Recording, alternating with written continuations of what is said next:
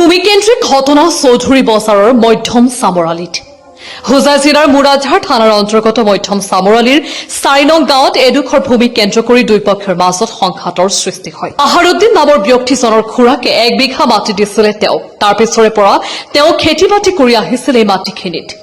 যোৱা কেইদিনমানৰ পৰা চিৰাজুদ্দিন নামৰ ব্যক্তিজনে বাহাৰুদ্দিনৰ লগত ঘৰুৱা কাজিয়াৰ সূত্ৰপাত লৈ এই মাটিখিনি তেওঁৰ দখলত আনিবলৈ চেষ্টা চলাই আছে।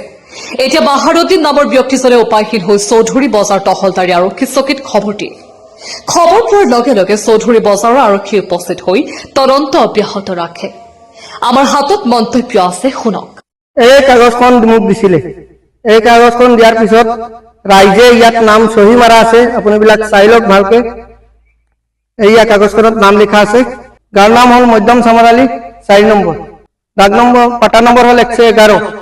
মধ্যম চামৰালী গাঁৱটো পৰিছে। আচ্ছা, আৰু এই নামজাৰি কৰি দিয়াৰ মাটিটো মোৰ দেউতাৰ কিনা মাটি হয়। মই এইটো দাবী কৰিছিলো, পিছত মোৰ খুৰা এইটো মোক মিলাই দিছিলে বোলে এইটো দাবী কৰিব নালাগে, চবে বগাই ল'ম। পিছত মোৰ খুৰা ৪জনক লৈ ৫জনক লৈ মই বগাইছো, তেখেতকো দিছো, ময়ো লৈছো। এতিয়া সেই মাটিটো মাইকীটো এতিয়া মোৰ খুৰাই পাতিছে ৩টা বিয়া। তাৰপিছত এতিয়া মাইকীটো আছিলে বাংলাদেশৰ পৰা অহাৰ পিছত এতিয়া মাইকীটোৱে কৈ আছে তেওঁৰ মাটি বুলি। এতিয়া মানে খুৰাটো মানে বেমাৰ হৈ ঘৰত পৰি আছে, এতিয়া মাইকীটোৱে মানে এনেকুৱা কৰি আছে। মাইকীটো NRCত বেলেগত চিতলমাৰীত NRCত সোমাইছে। এইটো সেই অলি বালাই এইবিলাকৰ NRCত সোমাইছে। এইটো মই IC ছাৰৰ মই চৌধুৰী বজাৰ থানাত মই কৈছো।